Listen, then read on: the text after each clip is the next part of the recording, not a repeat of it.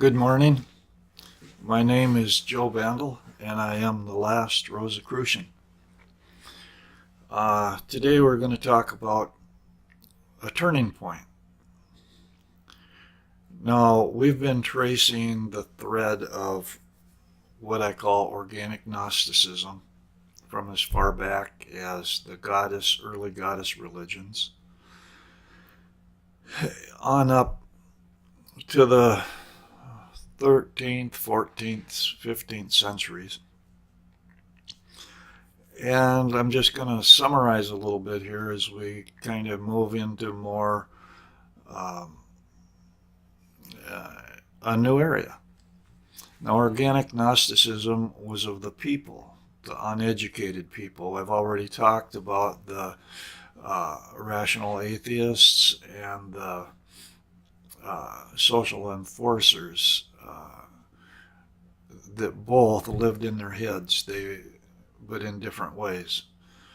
Well, the common person was really grounded to earth. While there were organic Gnostics that were highly educated, by far and large, the ordinary organic Gnostic was not that well educated in head trippy stuff. They experienced wisdom through the heart and through the senses and through physical life. Now, the church forced the people to admit that all matter, all physical things were evil. That everything which originated through evolution was evil, and everything that existed due to sexual activity and procreation was evil. That it was satanic, period. The church actually satanized the world with its hatred of instinct and nature, period.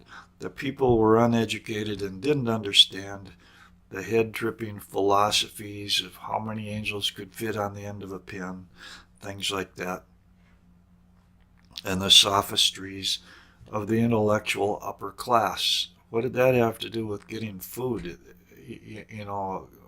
to feed the family? For the common person, Christianity simply became dualism. And the worldly things in life were evil and the heavenly things were good. That was the message that they were getting out of all of this. They're not that sophisticated, so they didn't need to be. They just simplified it down. Things of the world are bad, things of the spirit are good. And that seems to have carried through into a lot of today's common Christian beliefs, as far as I'm concerned.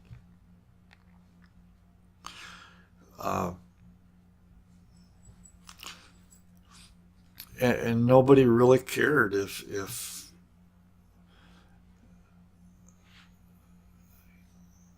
well, how would I say that? Uh,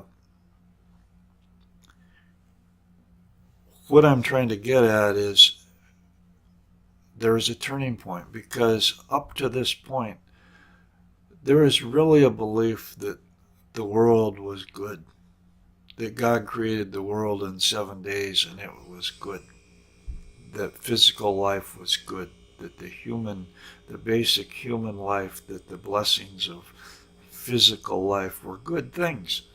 Okay, but here's the turning point where everything starts to really get twisted, and it's the church that's doing it.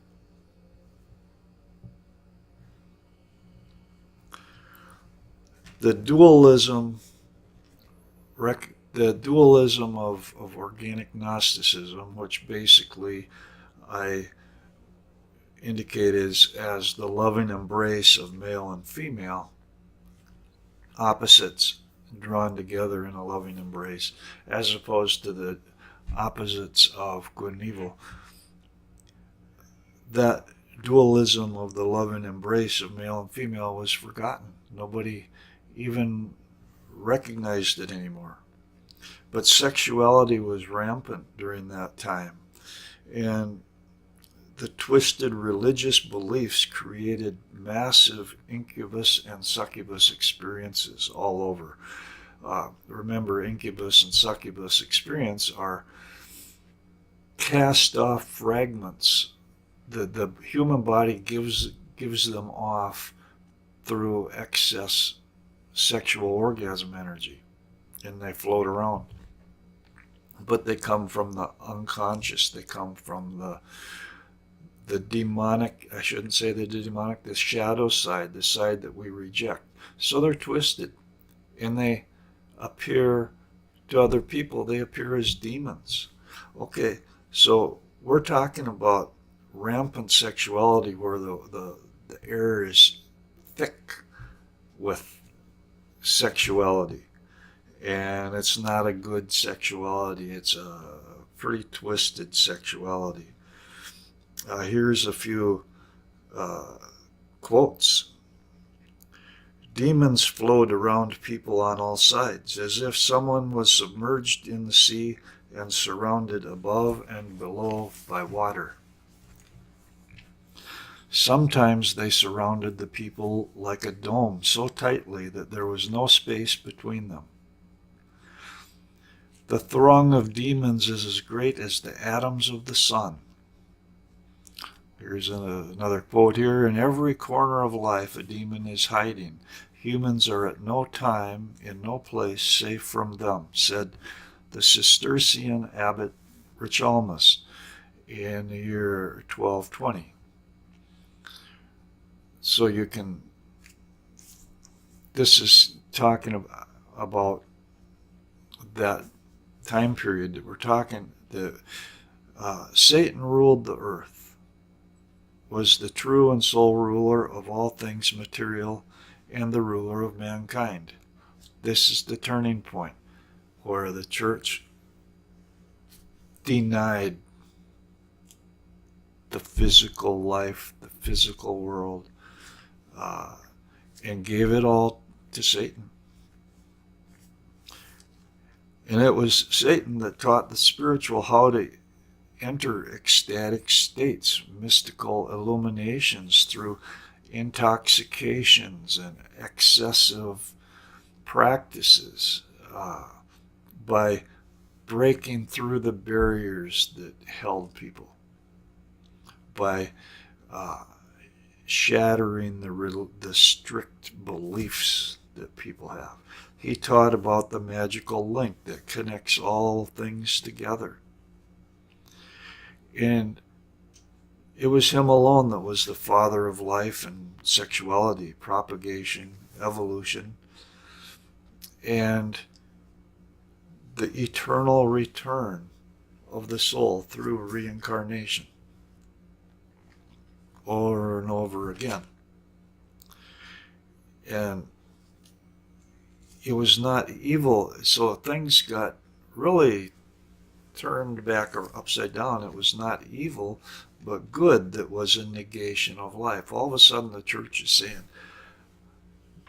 let me out of here. Get me out of this physical body. Get me out of this physical world. Good became a negation of passion. Even though everything that existed was created out of passion. But passion became evil because passion had a demon associated with it. Good was the negation of life because all physical life had become evil. And this twisted belief is when the church finally became anti-life. And there's these people, the organic Gnostics, and I believe that everybody in their hearts, in the still small voice of their conscience, the Christ Spirit that dwells in every heart, they believe that life is good. They believe that people are good. They believe that the soul is good. Uh,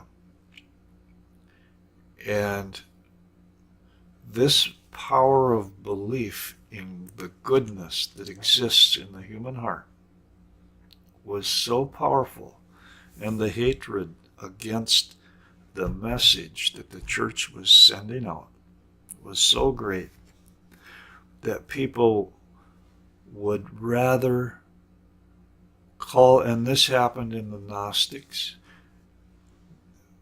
they would rather call themselves Satanists than Christians, because to call themselves Satanists would mean that they were as fundamentally opposed from the anti-life philosophy of Christianity as it was humanly possible to be, and that was their statement. And it has been misinterpreted all these years, because Satanism is a rebellion against the church. But it also has its core based in organic Gnosticism, which is the belief in life and love and the integration of male and female in a loving embrace, and that exists in all things. In fact, we use the North Magnetic Pole and South Magnetic Pole, how they both combine to make the world turn, or an atom turn in the same direction, the yin-yang symbol. So this was the turning point, the great turning point, where the church lost its base. This is all I have time for today. We'll be continuing on this subject in future videos. If you enjoyed this, please share it with others. Comments are welcome. Visit my website at thelastrosicrucian.is and consider donating a small donation. There's a link to donate on my webpage. Anything that you could help with is appreciated. I'm trying to put out a lot of information here. My webpage has a lot more information that ties in somewhat with what we're talking about today. Subscribe to this channel and subscribe to my website so you'll catch up on all this good stuff. I've done a lot of research. What I'm sharing represents a lifetime of study and research and living. I hope it's interesting. Thank you. Have a good day.